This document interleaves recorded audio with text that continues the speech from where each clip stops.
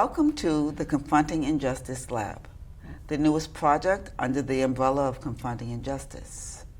We offer perspective, dialogue, and a commitment to confronting history rigorously and honestly. Black Radical Futures, the title of this series, begins with a simple but uncompromising premise. Truth is the only option. Not the version of history that makes people comfortable. Not the whitewashed version that erases struggle. Not the version that disguises brutality as normalcy and then pretends it never occurred. Not the version broken into fragments and buried in footnotes, but the unveiled truth. Because when history is distorted, our understanding of power is distorted with it. And when our understanding of power is limited, it renders us incapable of making ethical, informed decisions.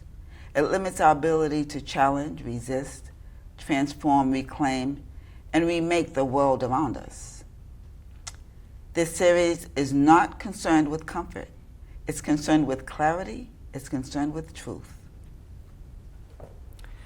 As a study of Black radical figures and movements, Black Radical Futures approaches history not as something distant or resolved, but as something living, something that continues to shape the present and define the boundaries of possibility.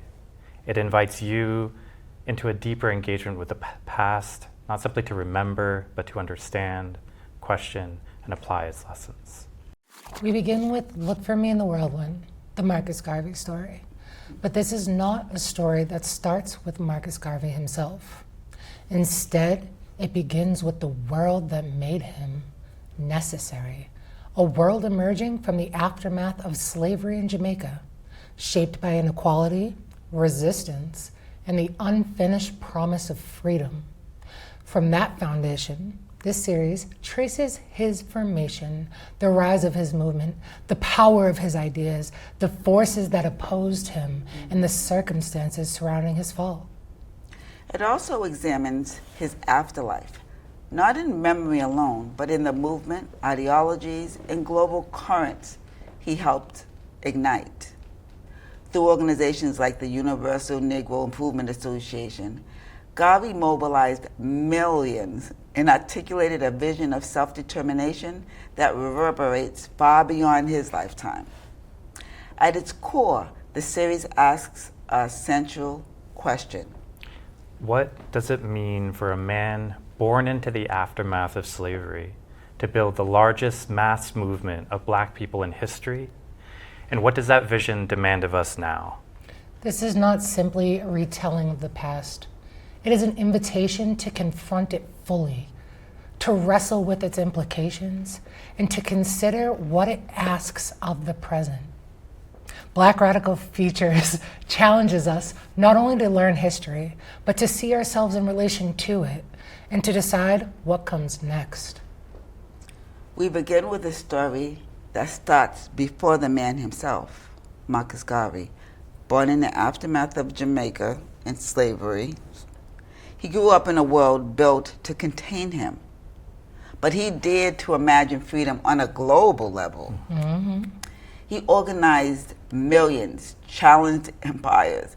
He left a legacy that still shapes movements today. Mm-hmm. Come on now. Over this series, we'll explore his world, his ideas, his movement, his enemies, his fall, and the fire he left behind, the movements, the visions, and the possibilities he made real. Mm-hmm. I am joined by Jonathan Bennitt and Kayla Kittredge. Together, we bring perspective, dialogue, and a commitment to confronting history honestly. I'm so excited. I am truly excited as well. And you know, I think it's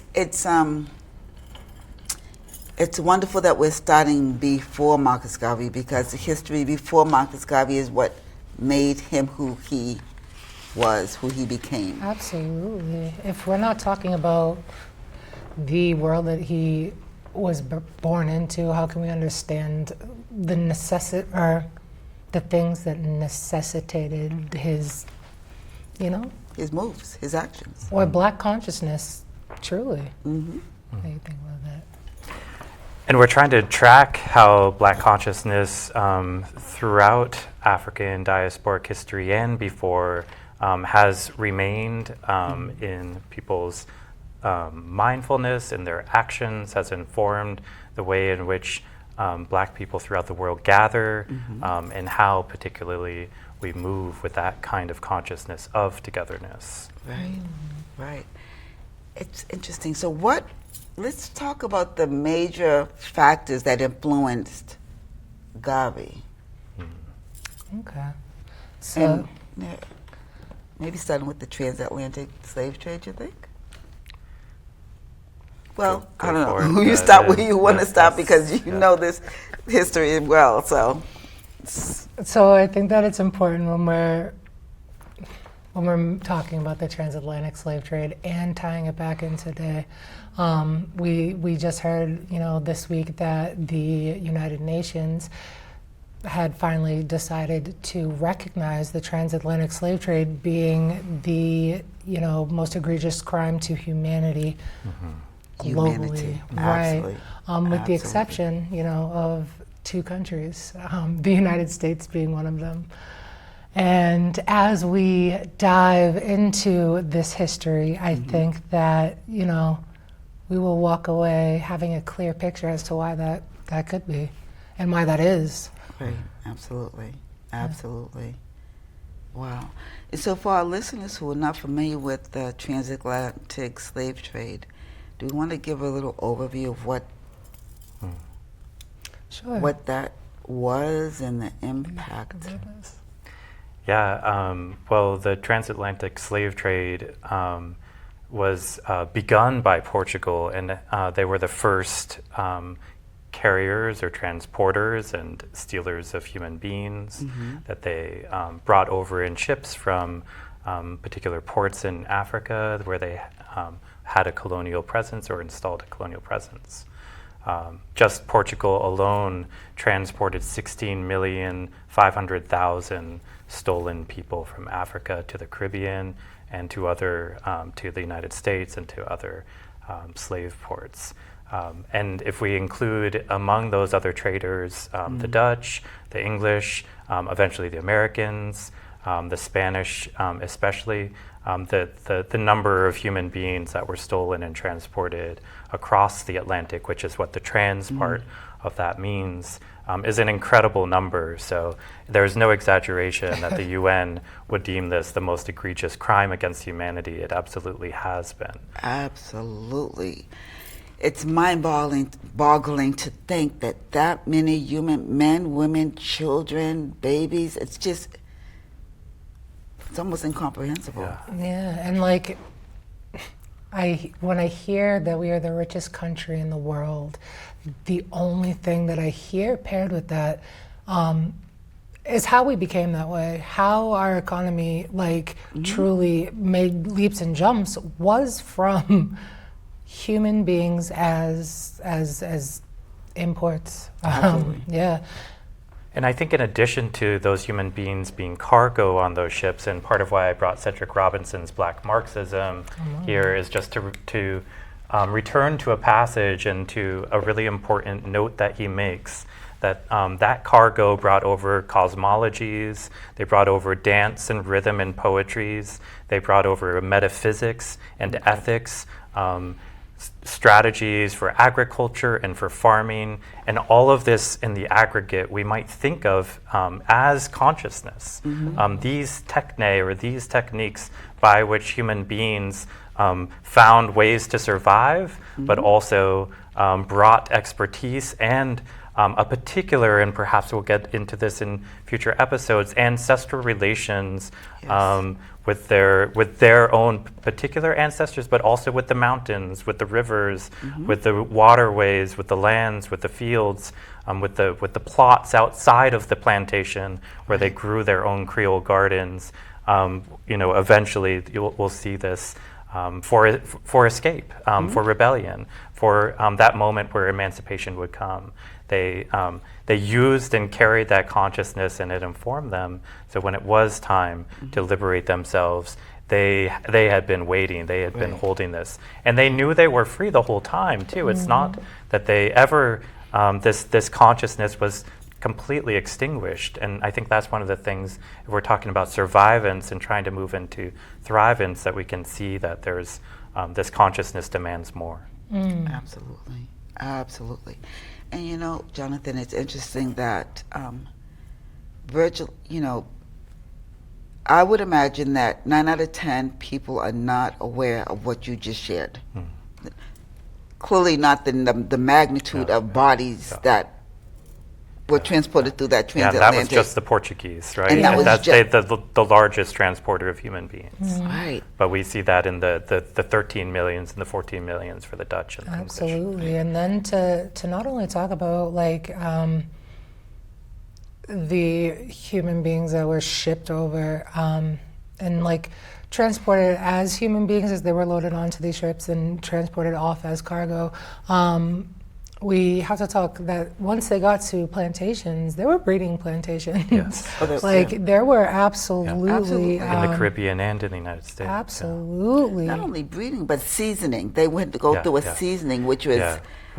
might be too much for people to even truly hear about, but But we might want to use the term through the breaking model, because I think yes. it's important to see that seasoning actually involves many cruel and inhumane and entire the most egregious crimes against humanity to break the will.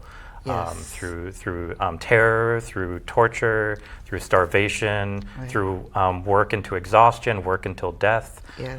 Something that is interesting that C.L.R. James talks about in The Black Jacobins is that, especially on the sugar plantations, because of the way that sugar cane regenerates and can almost year-round be harvested, that people will work constantly to their death because they're more easily replaced than they were taken care of. So the conditions were the worst conditions. And if we look back to the Haitian Revolution, we can see that those working conditions are part of what produced that. Though I know we're gathered to talk more about what's happening in Jamaica. But There's many different kinds of repeating patterns of social Yes. behavior in each of these Right. these respective islands. And That's it's also not accidental that they're islands, because now it's almost like we use prisons today as without permitting communication between those prisons. There's a similar, and still we find ways to communicate. Right. But there was these islands created isolation, so easier to maintain this rule of order and That's dominance over the slaves, and to escape would have to be to swim. Right. So there is that inhibitor as well. And something that you said, which is really important, is that we seldom hear about slaves being trained to do anything. Yeah. As you said, they were craftsmen, they were, chemists. Just people came with skills. Yeah, yeah. They came Yeah. with skills. With skills in Metaphysics, metallurgy, yes. skill in understanding of cosmologies. Yes. The birth, Sylvia Wynter calls Africa from, and specifically regions in Ethiopia as the cradle of civilization. This is where it all started from. And though that history may be destroyed and erased by colonizers as they came in, wave by wave, that still remains the truth. That still remains the truth. That's right. It was something Absolutely. that survived. Something that survived, like the intentional stripping of, it was not untouched and not unchanged, but alive. The memory survived. Yeah. We have the rhythm, as you said earlier. Spirit survived. African cosmologies carried across the ocean and reshaped under pressure, though. Traditions like we have voodoo, hoodoo, the knowledge systems of the people hidden inside imposed Christianity. Like it was. We found a way. When there's a will, there's a way. The saying comes from Made somewhere. a way out of no way. That's right. That's the truth. And those particular, within voodoo practices, we can find in novels like Season of Adventure by George Lamming, where he documents these voodoo rituals, or what he calls ceremonies, as opportunities to remember the past that's been forgotten. So it was, spiritual possession rituals, which allowed one to actually reconnect with one's ancestors, through dance and through often an involvement of wearing masks, music. Yes. This is part of what's really threatening about drums, and we need to talk about drums and other instrumentation that accompanied dance and ritual. But there was a means of reconnection of oneself displaced in history and in space and geography, right? In these remote islands, still having a way to remember where one's come from. Which is, the source of power. If we're going to talk about Black power, and I'm thinking specifically of Walter Rodney's definition of Black power and Groundings with My Brothers, it's wherever we're gathered together and we sit down to talk about culture, there is the birth of Black power. It's a means of reconnection, but that which is connecting us, again, is consciousness. But that consciousness remains alive, through ashe, or through the life that connects us through those ceremonial relations. Right, and oh my goodness, that's so important, so important. And I think Garvey, as a child, he ingested this. This was part of who he was. He lived during that time. Slavery, the transatlantic, the transatlantic slave trade, and then circuit.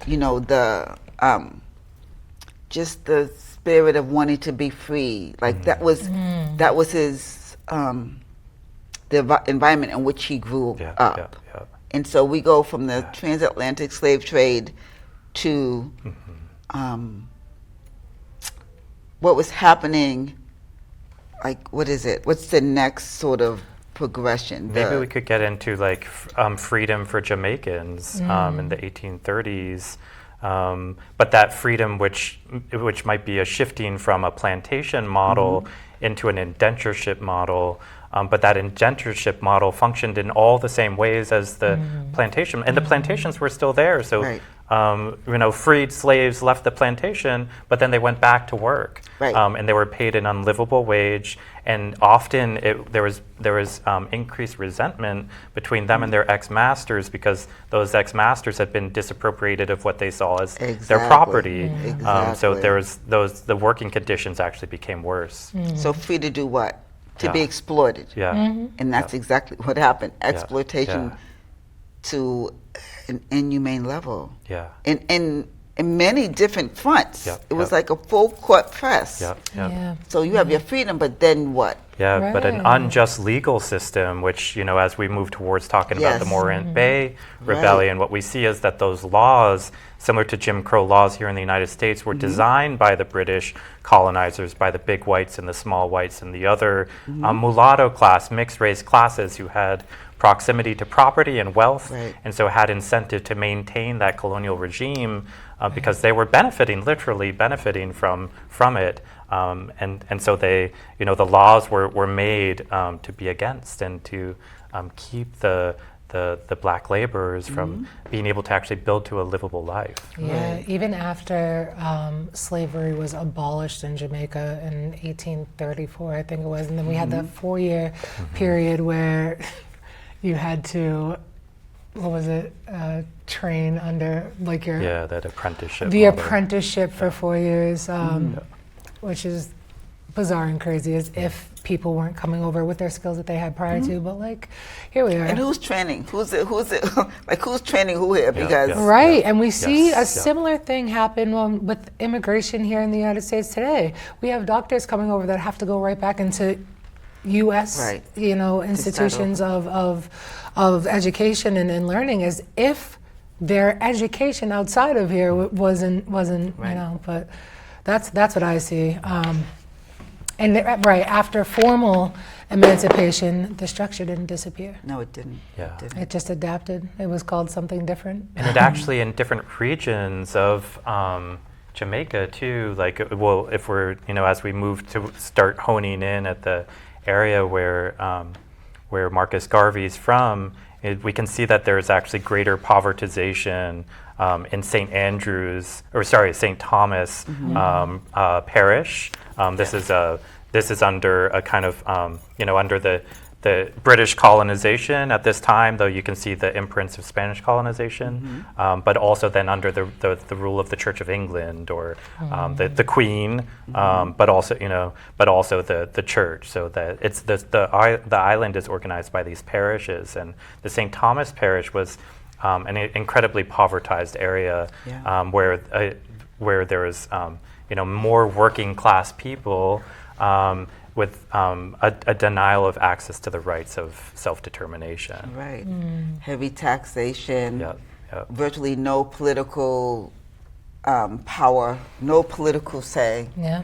And so I think that there was 1% after people of color were freed, that there was only 1% of people that could that had the ability to vote. So it's very interesting. Yeah. It's to not see the parallels line up in certain spaces and places. You put enough pressure, you get to a breaking something will point. happen. And I think that's what happened. So no judicial power, no political power, no land. Yeah. The inaccessibility to land is really important, and land dispute rights, where sometimes those former masters would get land, but they wouldn't pay anything for it. But then they would still charge the people who were working that land rent to access it. And whenever those laborers brought these issues to the courts, they were ignored and denied, especially by John Earl, who we'll see, or Eyre, who we'll see as one of the more corrupt politicians in that region of St. Thomas and throughout the island as governor. That man was so messed up. Yeah. I can't, when I think about, when I even hear his name, it makes my blood boil. Yeah. And especially once we get into what was happening and how he was celebrated by British power after the rebellion. He was celebrated for how he crushed the soul. So let's talk about the rebellion, because we now know that there were many factors that led. It was almost like at a boiling point. Yeah, we have no land, no economic power, no protections. Again, it's the same system, just renamed and rebranded. So this is still exploited, still controlled, still denied justice. We get to this boiling point. So those main factors of these relations between ex-masters and ex-slaves, the disputes over the land, the denial of justice, were the terms and conditions that create, and the added pressure of inaccessibility to the means of survival that created these really harsh living conditions in St. Thomas, but throughout the island for working class people. Inhumane. I mean, there was like nowhere to go. What recourse did they have? Free, but it's you can't survive. Right. We demand obedience, but offer nothing in return. So there's a couple key figures, I think, for us to look at within the Morant Bay Rebellion. One of them we already mentioned is John Eyre, who was a governor, a cruel man, a colonial appointee. Then we also have Gordon, who was a mixed race man of great education. He was free, he had wealth, he had political power, and he was very connected with the people and advancing their causes, but he was being shut down and contested by John Eyre, who was threatened by his rise, and also another German politician whose name I'll have to look up in a moment. It's like Kokel or something like that. But so those are the main figures. Paul Bogle then is a deacon within the Baptist Church, and he's one of the great representatives and champions of the people. So he speaks for the people. He leads them, and once the rebellion actually comes to term, he's at the front of the rebellion. That later there's some trials for Gordon, who was accused of having conspired in the insurrection, but at least according to Gordon and the versions of the history that I've read, and Gad Hoyman's The Killing Time, and other sources, Gordon was not involved. He was not even there. He was not even there. He wasn't there. He wasn't involved, but he was still hung for insurrection. And he was And no evidence was provided. No, Yeah, but can we back up just a bit, Yes. because we talked about all of the pressures and inhumanity and unfairness that was boiling. And so we know that what brought this to a head was a man was arrested Yes. for trespassing on land that didn't belong to anyone. Yeah. I think it was trespassing on land that was his or something. No, like but that, huh? But either way, Yeah. right, here we are. went to court, Yeah. and Bogle, who, as you said, was a minister, activist, gathered some people and went to the court just to try to ensure that this man received some semblance of justice. Yeah. And what ended up happening is he escaped after the trial, so he was actually accused as being guilty. But just after the trial, Bogle was there and some other people to Right. contest, to ensure that the law did its job and upkept justice, and he escaped. So that figured into it, but he was wrongly accused. Right. Again, no evidence was demonstrated of his guilt, to show that he was guilty. But we see again the justice system failing to do its job. So there's a lot of frustration, and just I think eventually what happens as a result is Bogle and other leaders from his parish go to the governor's The courthouse. to the courthouse to actually ask for an audience and make a claim for justice to be upkept, and he refused to see them. So they returned home, and they saw that the only path was actually to take action into their own hands, because Eyre and other politicians from that colonial position were not going to hear them or help Right. them. That's right. So the people were they had no other recourse. That's right. And because they were protesting, they were met with incredible, what would you even call that? Brutality. Incredible brutality. Yeah. Over 400 people were murdered. Thousands of people lost their homes. Yeah, So yeah. my understanding is, and you tell me, the government said, listen, shut that down. Shut it down. So it didn't matter who was right or wrong, if anyone was innocent, it didn't matter. Their thing was insurrection is not going to be tolerated. So during that time, like when the rebellion was coming up and they were sent in to quash it, right? That is when 400 people died. But then there was, I think, about 400 more people that were brought up. Martial law was put in some certain points of Jamaica. And it was the martial law line. It wasn't all of Jamaica.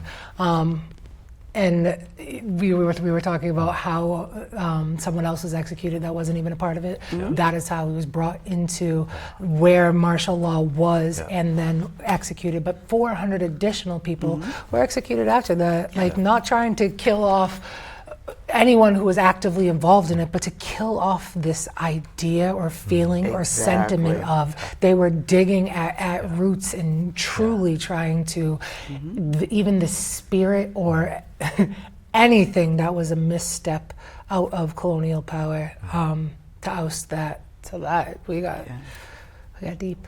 Yeah, and I think that's it's interesting that part of the actual conditions. So the colonizers at that time had shifted over from a plantocracy where they were making use of slaves for the free labor, and once they gained their independence, they actually found that it was more economically viable to make use of that model than it was slavery itself. So they wanted to maintain the wage slavery that they had established, but they were worried that these now free laborers would actually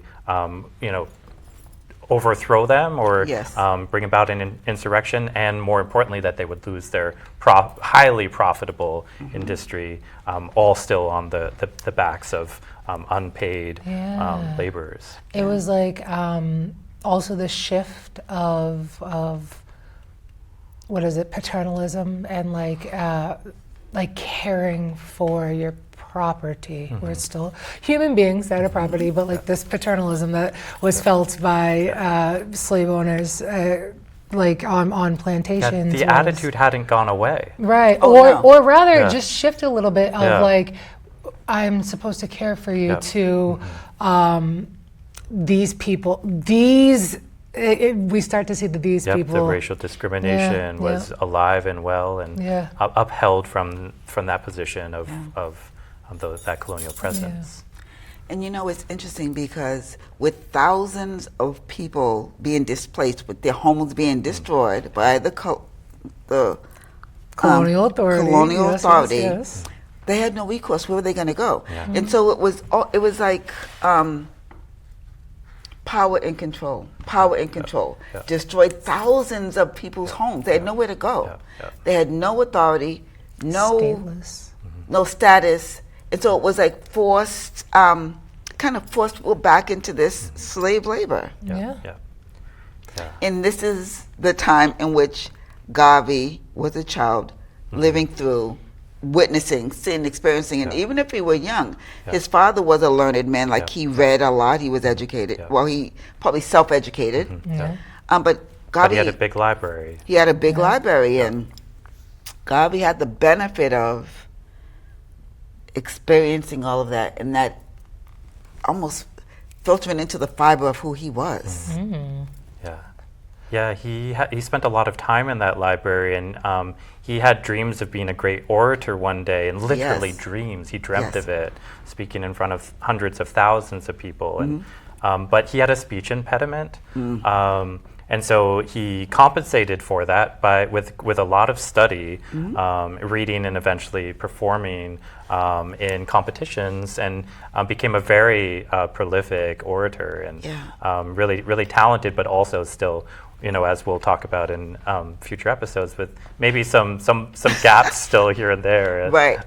That came up. Because we'll come to that, but I know when he came to the United States, his first presentation, he fumbled. He fell off the stage. He couldn't even speak. He was so. Yeah. But it's okay. He tried. I mean, and even as a kid, I read stories where he would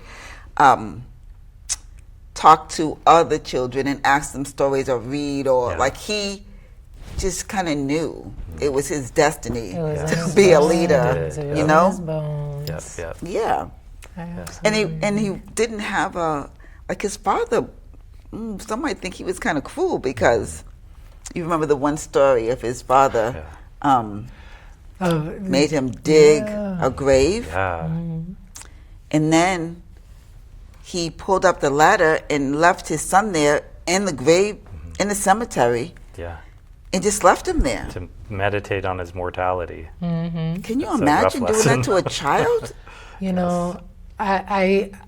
I thought that originally. Imagine doing that to a child, but imagine the conditions in which you as a parent thought that you had to do that to prepare your child for the world that they were about to enter into. That is where that is the world that produces a Marcus Garvey, or produces a father like that, that's looking to, keep his child safe, or prepare him. So. Yeah. So we had the Morant Bay Rebellion, and then we have And that's the 1865, just Okay. for whatever we need that date. Yes. I know we should have a visual timeline. That's important But- for me I guess to so. see the timeline. I see it as a circle. But I mean, if you take that, and then he goes to London in 1910 to 1912, and then he comes to the United States in 1916. So like it's about that far away in terms of the influences and the consciousness that's in the air. And also we're thinking about what came up for me was, okay, so 1865 is when we have this rebellion. In the United States, we have the Civil War going on. In 1804, we have the Haitian Revolution. So this is all like that thing that you read earlier, that passage. It was all in the air. It was ready to Interesting. to And get so it it going. made people available. There were people who needed to hear his message of self-determination, of Black consciousness. Like the world was ready for him. Yeah, it was like the dots were on the page, and Marcus Garvey just came along. Connected them. Yeah. and connected and made a stream of consciousness for all of us. The consciousness that we like, we weren't aware that lay dormant in our bodies. He woke that up. And he himself was a synthesizer. So he's influenced by Blythe. He's influenced by Booker T. Washington. Eventually, he has connections with W.E.B. Du Bois and others, where they also had differences and some connections and similarities. But there was a lot of big figures at this time. We could say charismatic leaders too, and perhaps we could talk about and investigate that model of the charismatic leader and movement, and whether there's other models that might be more relevant for us today. And yet, that also is one of the models that has been most effective. Right. That's interesting. You're right. And so, shaped by memory, structures of inequality, stories of resistance. And so out of that came his self-determination. Out of that came his mass desire to mobilize globally. He became a leader. He took all of that, and this is a young person at the time who was from Jamaica. He'd never traveled. He did travel. He developed his trade. He was a printer. And he traveled, and he saw the conditions under which people were living. And that's what motivated him to go even harder. And which is a really important point. He's some almost middle class in terms of his positionality. But he organizes on behalf of the workers. So he's a timekeeper on banana plantation in Costa Rica. He's in Jamaica. He's there and he's working as sort of like a middle management. So he's really familiar with the techniques that the bosses are using, but he's also really siding with and organizing with the working class people, which brings us back to also something that we skipped over, which is that his mother was a domestic worker, and though his father is literate and has this access to education, he really does see himself as one of the people, and he's lived and seen that experience. So he builds solidarity with them, builds coalition with them wherever he goes, and that gets him into trouble. But that also builds the sort of technology that he eventually puts into practice with the UNIA and some of the other kinds of advancements that he makes, and how he brings all that consciousness into social formation for the benefit of people becoming free and gaining power. It's interesting.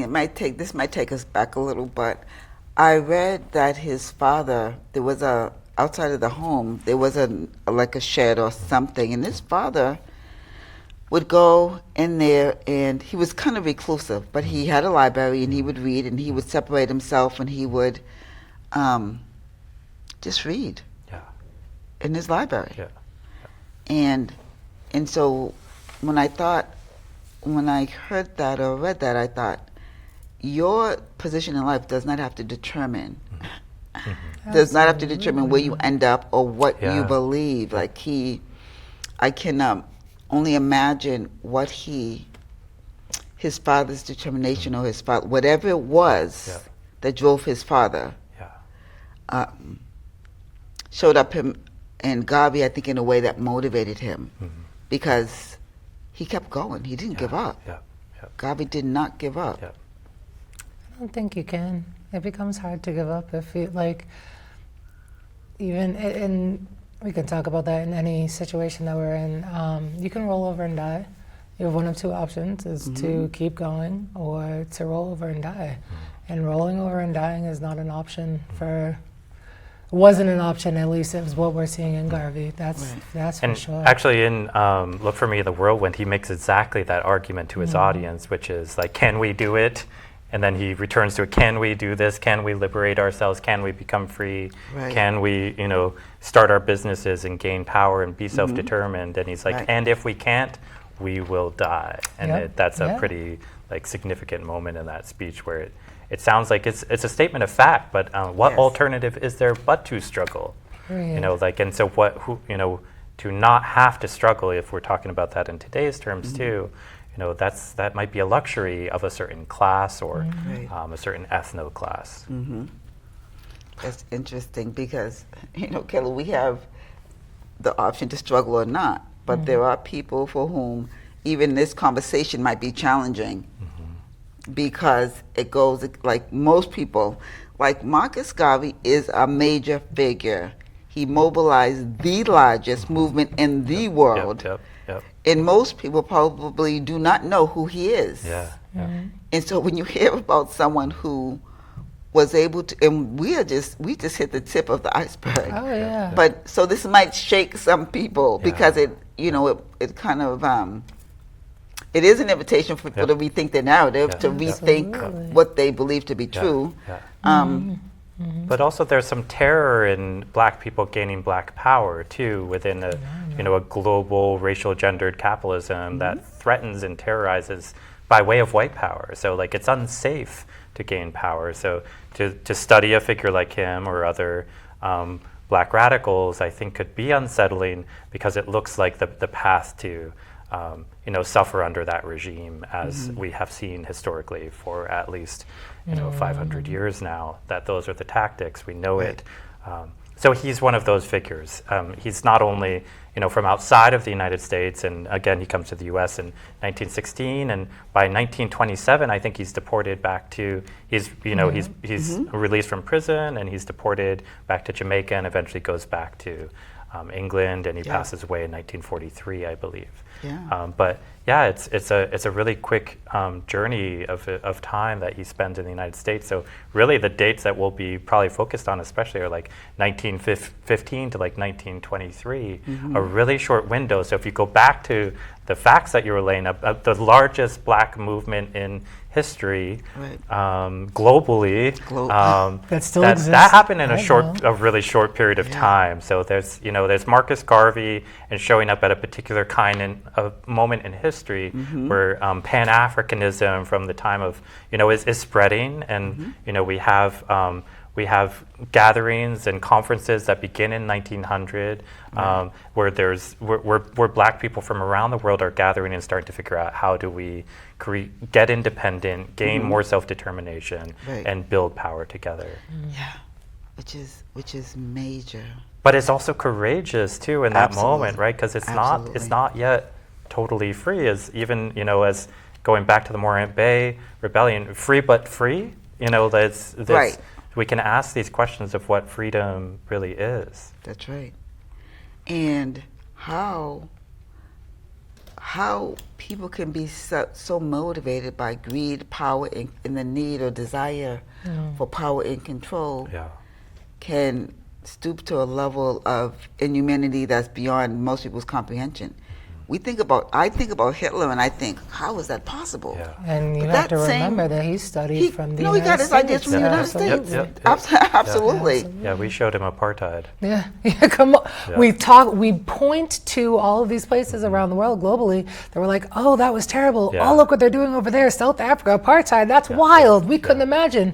Forgetting that our education here is based on the Eurocentric history that is repeated, and our stories are the history we're learning is the story of the victors, or the stories of these horrible, like horrendous situations that we're trying to sidestep and skate away from, while pointing at like the person over.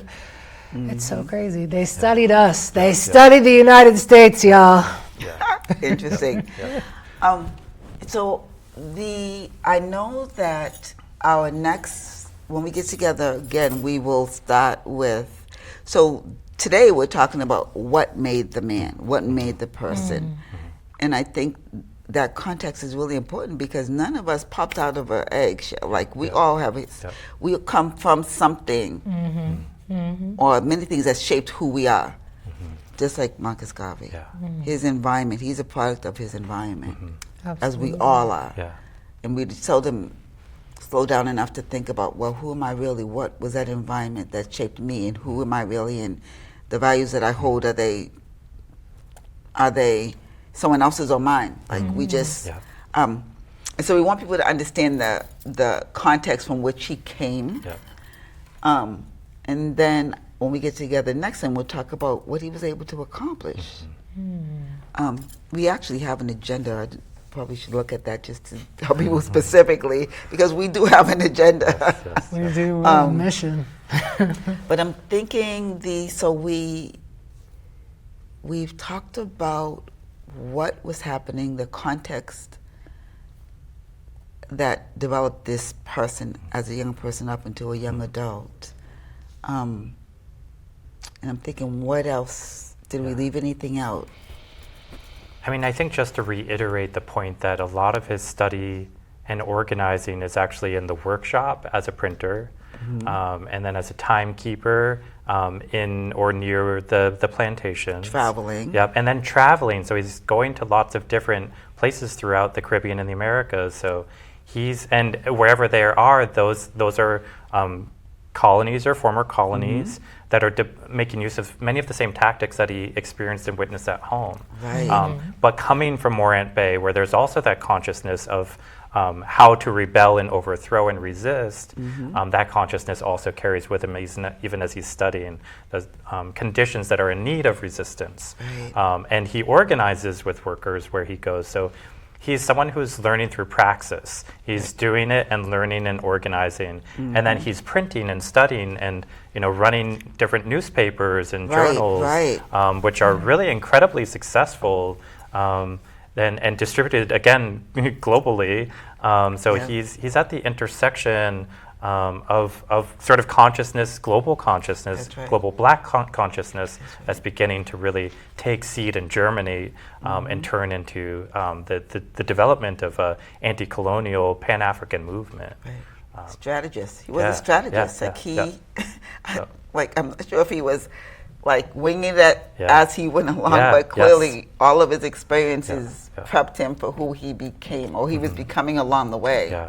Who he always was, and the different experiences as he walks through the world. He gathered, picked up a tool in the Americas, picked up a tool in the Caribbean here, picked up a tool in London here, picked up a tool in printing and working with bosses and working with different positions of power, but remembering that he was a person of the people, not forgetting his roots. That's not forgetting the soil that grew him. Absolutely. It's going to be interesting, and I'm looking forward to the next chapter that we'll study about him, because there's so much. He was an incredible person. I feel like I was sitting on my and I think closing words from each of us, maybe as we close this section out. I would like people to know that Marcus Garvey is worth studying. He is noteworthy for a number of reasons. And there are many lessons to be learned from him, because he wasn't born with a silver spoon. He struggled. He took that adversity and he turned it into something. He had a confidence even as a young person that just blossomed. Absolutely.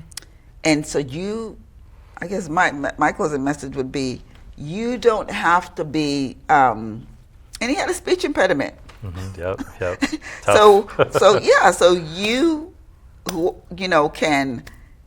you can truly, so don't let your present or current situation determine your future.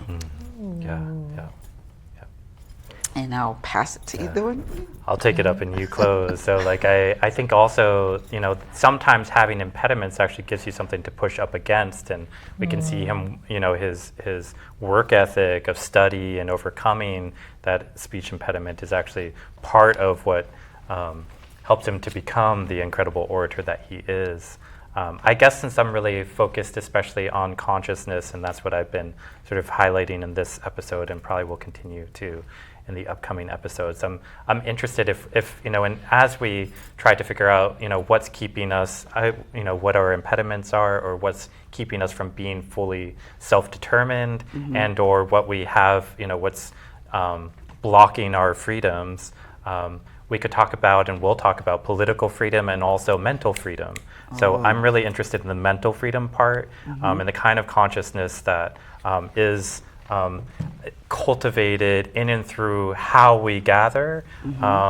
And I think hopefully we can talk a little bit more about culture and music and rhythm and instruments and dance, but I think cultural production, the how by which we gather, through which we gather, I think is a big part of that emancipating process of which is also a self-determining and then collective determining process of how we become a people. It's through culture that we connect. Yes, yes. I love that. Yeah. Like this, maybe we can start with some music next time. Yeah. I love it. I love it. I'm thinking about, we've been talking a lot about pressure. One of the coolest things that comes out of pressure is like diamonds are, it takes immense pressure for diamonds to form. And we're talking about like the atmosphere that brought about Marcus Garvey. So Marcus Garvey didn't come out of nowhere. He came out of immense pressure as well, out of a world that claimed slavery was over. You know, if we don't understand that history, Garvey sounds extreme, but the moment that you do, one knows it was inevitable. So yeah, look at Marcus Garvey. If you're feeling like you got a lot of pressure in your life right now, go back to Marcus Garvey. There you go. Wow. Well, listening, thank you for joining us. This is the first of an 8-part series.